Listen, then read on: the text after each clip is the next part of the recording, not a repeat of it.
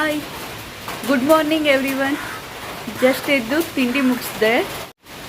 ಎಷ್ಟು ಕತ್ಲೆ ಆಗಿದೆ ಅಂದರೆ ಟೈಮ್ ಎಷ್ಟಾಗಿದೆ ಅಂತ ನೀವೇ ಗೆಸ್ ಮಾಡಿ ಒಂದ್ಸರಿ ನೋಡಿ.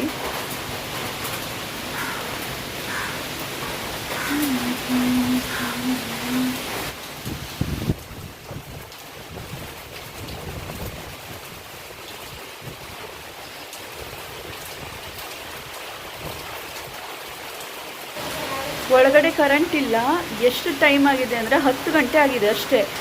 ಆಗಲೇ ಈ ಥರ ಮೋಡ ಆಗಿದೆ ಮತ್ತು ಪದೇ ಮಳೆ. ಒಂದು ಮಳೆ ಬಂದ ನಂತರ ಇನ್ನೊಂದು ಮಳೆ, ಒಂದು ಬಂದ ನಂತರ ಇನ್ನೊಂದು, ಗ್ಯಾಪೇ ಕೊಡ್ತಾ ಇಲ್ಲ.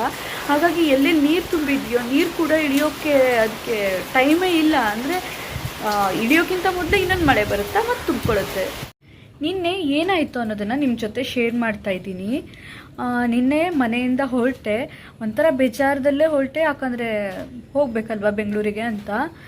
ಹೋಗಿ ಬಸ್ ಸ್ಟ್ಯಾಂಡಲ್ಲಿ ನಿಂತ್ಕೊಂಡು ಕಾಯ್ತಾ ಇದ್ದರೆ ಬಸ್ಸು 9 ಗಂಟೆದು ಬರಲೇ ಇಲ್ಲ. ಹಾಗೆ ಅಲ್ಲಿ ಡ್ರೈವರ್ ನಂಬರ್ ಕೊಟ್ಟಿರ್ತಾರಲ್ಲ, ಅದನ್ನು ತಗೊಂಡು ಕಾಲ್ ಮಾಡಿದ್ವಿ.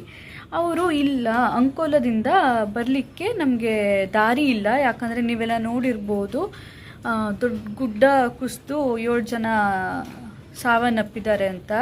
ಅದಕ್ಕೆ ಅವರು ಬೇರೆ ಕಡೆ ದಾರಿಯಿಂದ ಬರ್ತೀವಿ ನಾವು ಅಂತ ಹೇಳಿದ್ರು. ಅವ್ರು ಬರೋ ತನಕ ನಾವಲ್ಲೇ ಕಾದ್ವಿ, ಹೋಗಬೇಕಲ್ಲ ಅಂತ ಹೇಳಿ. 11:30 ಬಂತು ಅಂತು ಬಸ್ಸು.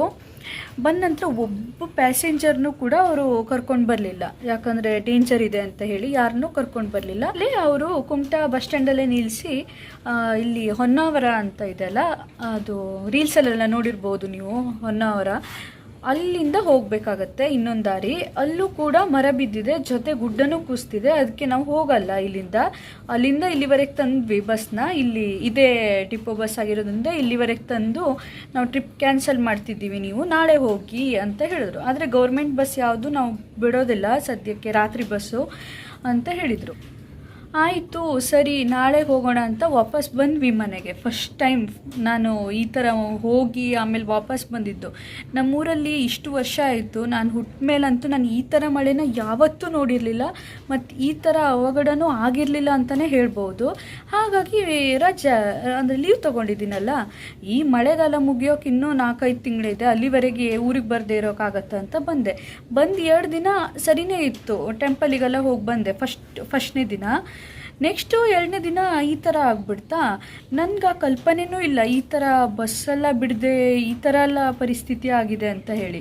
ಮನೆಗೆ ವಾಪಸ್ ಬಂದಮೇಲೆ ನಂಗೆ ಸೀರಿಯಸ್ನೆಸ್ ಎಷ್ಟಿದೆ, ಏನೇನು ಆಗಿದೆ ಅಂತ ಗೊತ್ತಾಯಿತು. ಆಗ ಒಂದೊಂದೇ ನ್ಯೂಸ್ ನೋಡಿದ್ರೆ ಎಲ್ಲ ಕಡೆ ಬಂದಾಗ್ಬಿಟ್ಟಿದೆ. ಮತ್ತು ನಮ್ಮ ಮನೆಯಿಂದ ನಾವು ಬಸ್ ಸ್ಟ್ಯಾಂಡಿಗೆ ಹೋಗಬೇಕಲ್ಲ, ಆ ದಾರಿಲೂ ಗುಡ್ಡ ಬಿದ್ದುಬಿಟ್ಟಿದೆ, ಹೋಗ್ಲಿಕ್ಕಾಗಲ್ಲ ಅನ್ನೋದಂತೂ ಗೊತ್ತಾಯಿತು. ಆಮೇಲೆ ಆದರೂ ಈಗ ಏನಾಗಿದೆ ಅಂದರೆ, ಶನಿವಾರ ದಿನ ನಾನು ಹೊರಡಲಿಕ್ಕೆ ಬುಕ್ ಮಾಡಿದ್ದೀನಿ. ಏನಾಗುತ್ತೋ ಗೊತ್ತಿಲ್ಲ. ನಾನು ಹೋಗಲಿಕ್ಕೆ ಈಗ ಮೊನ್ನೆಕ್ಕಿಂತ ಇವತ್ತು ಇನ್ನೂ ಕ್ರಿಟಿಕಲ್ ಆಗಿದೆ. ಆ ಕಡೆ ಸಿರ್ಸಿಲಿ ಮಣ್ಣು ಬಿದ್ದಿದೆ, ಅಲ್ಲೂ ದಾರಿ ಕ್ಲೋಸು.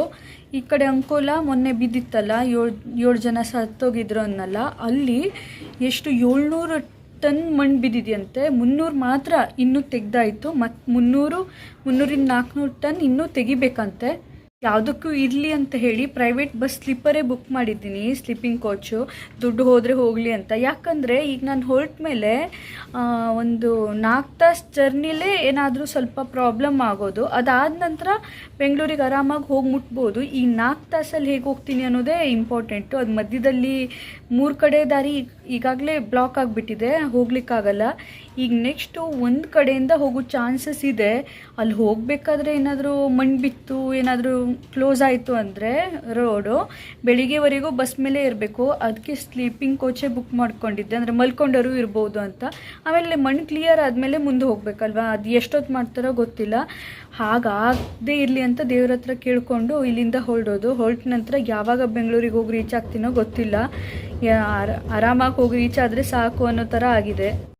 ಆದರೂ ಈ ಸರಿಗಂತೂ 7 ಜನ ಗುಡ್ಡದಡಿಗಾಗಿದ್ದು, ಆಮೇಲೆ ಆ ಟ್ಯಾಂಕರ್ ಬಿದ್ದಿತ್ತಲ್ಲ ನೀರಲ್ಲಿ, ಗ್ಯಾಸ್ ಟ್ಯಾಂಕರು, ಅದನ್ನ ಎಲ್ಲ ಏನೋ ಒಂಥರ ಮನಸ್ಸಿಗೆ ಮಳೆ ಬಂದರೆ ಖುಷಿಗಿಂತ ಭಯ ಜಾಸ್ತಿ ಆಗ್ತಾ ಹೋಗ್ತಾ ಇದೆ. ಇಲ್ಲಂತೂ ಎಲ್ಲರಿಗೂ ಅದೇ ಥರನೇ ಆಗಿದೆ. ಅಗ್ನಾಶಿನಿ ಅಂತೂ ತುಂಬಿ ತುಂಬಿ ಹರಿತಾ ಇದೆ. ಪಕ್ಕ ಅಲ್ಲಿ ಸಣ್ಣ ಸಣ್ಣ ಮನೆಯೆಲ್ಲ ಎಲ್ಲ ಫುಲ್ ಹೋಗಿಬಿಟ್ಟಿದೆ. ಡ್ಯಾಮ್ ನೀರೇನಾದ್ರು ಬಿಟ್ಟರೆ ಅಂದರೆ ಮುಗೀತು ಕತೆ.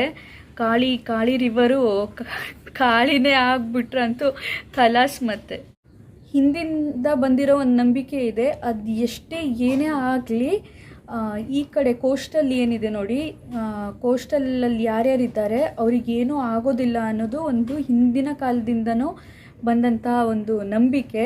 ಅದರ ಪ್ರಕಾರನೇ ನೀರಿಂದ ಇನ್ನೂವರೆಗೂ ಅಷ್ಟು ಸಾವು ನೋವುಗಳು ಆಗಲಿಲ್ಲ, ಇನ್ನು ಮುಂದೂ ಆಗಲ್ಲ ಅಂತ ನಂಬಿಕೆ. ಪರಶುರಾಮ ತಪಸ್ ಮಾಡಿದಂಥ ಜಾಗ ಇದು ಕೋಸ್ಟಲಲ್ಲಿ ಎಲ್ಲ ಕಡೆಗೂ. ಹಾಗಾಗಿ ಏನೂ ಆಗಲ್ಲ.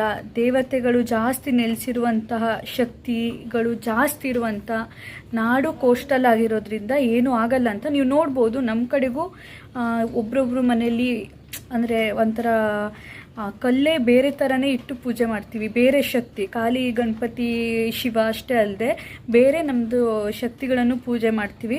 ಆ ಕಡೆ ಮಂಗಳೂರು ಕಡೆ ನೋಡಿದ್ರೆ ಅವರು ಕೂಡ ತುಂಬ ಬೇರೆ ಬೇರೆ ದೇವರು, ಅಂದರೆ ಆದಿ ಅಲ್ಲಿರುವಂಥ ದೇವರು, ಮರ ಹತ್ತತ್ರ ಒಂದು ದೇವ್ರ ಥರ ಇದ್ದರೆ ಅದನ್ನು ಮೊದಲಿಂದನೂ ಪೂಜೆ ಮಾಡ್ಕೊಂಡು ಬಂದಿರ್ತಾರೆ. ನೀವು ನೋಡಿರ್ಬೋದು ಕಾಂತಾರದಲ್ಲಿ ಯಾವ ಥರ ಕಾಣಿಸಿದ್ದಾರೆ ಅದೇ ಥರ.